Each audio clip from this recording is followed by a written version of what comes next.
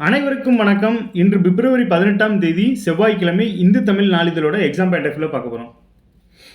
இந்த தாது மணல் கொள்ளை வழக்கு சிபிஐ விசாரணைக்கு மாற்றம் அப்படிங்கிற செய்தியை தலைப்பு செய்தியை கொடுத்துருக்காங்க.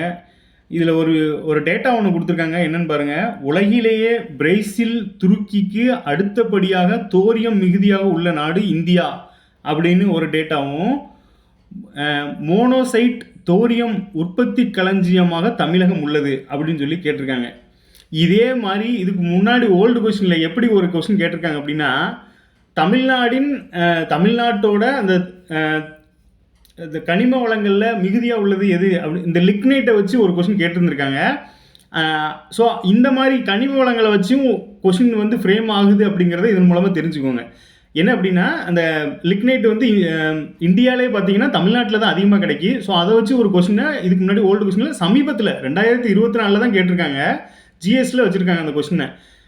என்ன எக்ஸாம்னு பார்த்தீங்கன்னா டெக்னிக்கல் எக்ஸாமில் அந்த கொஸ்டின் இருந்துச்சு.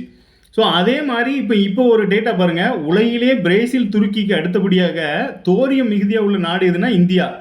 அதே மாதிரி மோனோசைட் தோரியம் உற்பத்தி களஞ்சியமாக தமிழகம் திகழ்கிறது அப்படிங்கிறத கொடுத்துருக்காங்க. இது நியூஸ் வந்து வேறு மாதிரி நியூஸை இருந்தால் கூட அதில் இருக்கிற டேட்டாவை நம்ம எக்ஸாம் பாயிண்ட் ஆஃப் வியூவில் மாற்றுறது தான் நம்மளோட சாமர்த்தியம். ஸோ இந்த தகவலை தெரிஞ்சுக்கோங்க.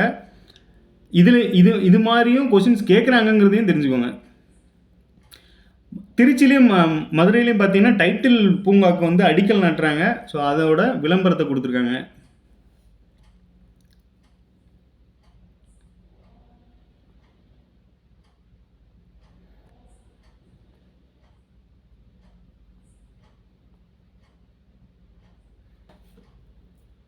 நேற்றுக்கு பார்த்த அந்த மத்திய அரசோட ஊராட்சிகளில் வந்து தமிழ்நாடு சிறப்பாசிகள் திகழ்கிறது அப்படிங்கிற செய்தியை தான் இன்றைக்கி மறுபடியும் சொல்லியிருக்காங்க. என்ன அப்படின்னா, அனைத்து மாநிலங்களுக்கும் தமிழகம் முன்னோடி, இந்திய மாநகராட்சிகளில் சென்னை முன்மாதிரியாக திகழ்கிறது அப்படிங்கிற செய்தியை வந்து துணை முதல்வர் சொல்லியிருக்காங்க. என்ன அப்படின்னா, அந்த மத்திய அரசோட அறிக்கையை வச்சு தான் இந்த தகவலை சொல்லியிருக்காங்க. இது பாருங்கள், இந்த முன்னோடி அப்படிங்கிற வார்த்தையை நீங்கள் உற்று நோக்கணும். என்ன அப்படின்னு பார்த்தீங்கன்னா, முதன்மை அப்படிங்கிறத வச்சு தான் நம்ம கொஸ்டின் ஃப்ரேம் ஆகுது. என்ன அப்படின்னா, ஒரு துறையிலையோ ஒரு திட்டங்கள்லையோ பார்த்தீங்கன்னா இந்தியாவுக்கே முன்மாதிரியாக செயல்படும் போது தான் அங்கே வந்து கொஸ்டின் ஃப்ரேம் ஆகுது. அதை வச்சு தான் ஆப்ஷன்ஸ்லையும் பார்த்தீங்கன்னா 4 ஸ்டேட் இருக்குன்னா அதில் தமிழ்நாடு இருக்குன்னா மோஸ்ட் பாசிபிலிட்டி தமிழ்நாடு தான் இருக்கும். ஸோ இந்த வகையில் அதை வந்து துணை முதல்வர் நேற்று ஸ்பீச்சில் வந்து உறுதிப்படுத்தியிருக்காங்க.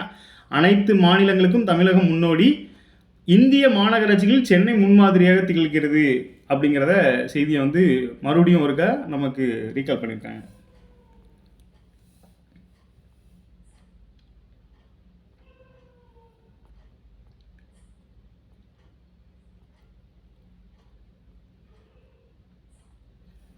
இன்றைக்கி பொது அறிவியில் பார்த்தீங்கன்னா சயின்ஸை பற்றி கொடுத்துருக்காங்க. சயின்ஸில் என்னென்னு பாருங்கள்.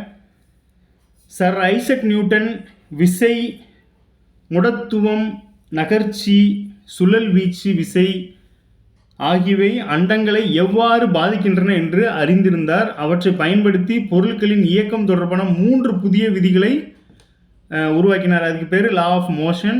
பொருள் மீது ஒரு விசை ஏற்படுத்தும் விளைவை பற்றி குறிப்பிடுவதை நியூட்டனின் இயக்க விதிகள் அப்படின்னு கொடுத்துருக்காங்க. ஃபஸ்ட்லேருந்து பார்த்துருவோம். என்ன அப்படின்னு பாருங்கள். விசை ஃபோர்ஸு, முடத்துவம்னா இனர்ஷியல், நகர்ச்சினா மோஷன், சுழல் வீச்சு விசை அப்படின்னா சென்ட்ரல் ஃபங்கல் ஃபோர்ஸு. அடுத்து ஆகியவை அண்டங்களை எவ்வாறு பாதிக்கின்றன என்று அறிஞ்சிருக்காரு. ஸோ இதெல்லாம் வச்சு இந்த வந்து அண்டங்களை எப்படி வந்து அது பாதிக்குது அப்படிங்கிறத சொல்லியிருக்காரு, அறிஞ்சு வச்சுருந்துருக்காரு.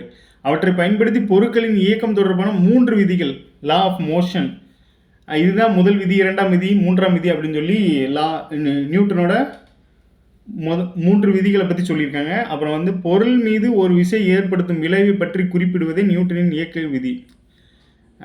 இதை நம்மளே கொஸ்டினை ஃப்ரேம் பண்ணிடுவோம். பொருள் மீது ஒரு விசை ஏற்படுத்தும் விளைவை பற்றி குறிப்பிடுவது டேஷ் அப்படின்னு போட்டுருங்க.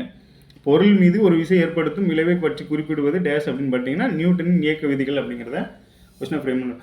எந்த ஒரு விஷயத்தை பார்த்தீங்கன்னாலும் நீங்களே ஒரு கொஸ்டினை ஃப்ரேம் பண்ணுறதுக்கு முயற்சி செய்யுங்க. அது உங்களுக்கு ஈஸியாகிடும்.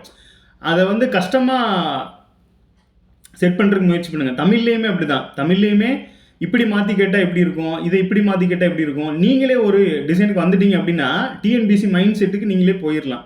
ஸோ எந்த ஒரு பத்தியை பார்த்தாலுமே அதிலிருந்து கொஸ்டின் எப்படி ஃப்ரேம் பண்ணலாம் அப்படிங்கிறத தெரிஞ்சு வச்சுக்கோங்க.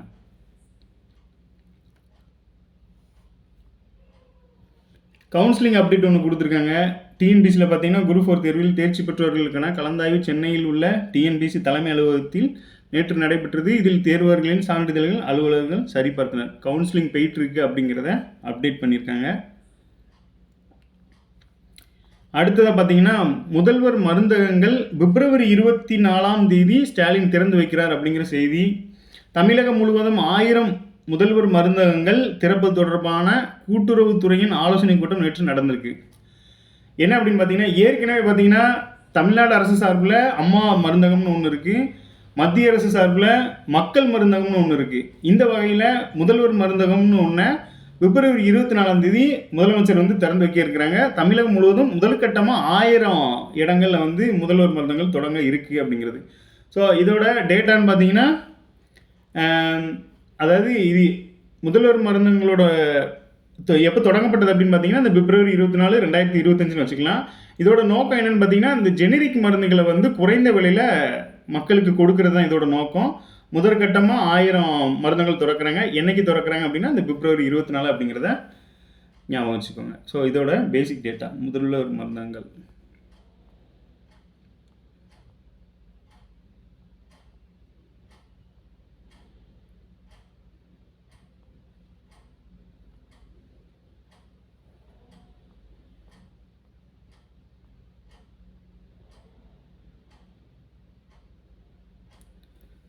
இன்னைக்கு செய்திகள் அவ்வளோதான். மீண்டும் நாளை சந்திப்போம். நன்றி.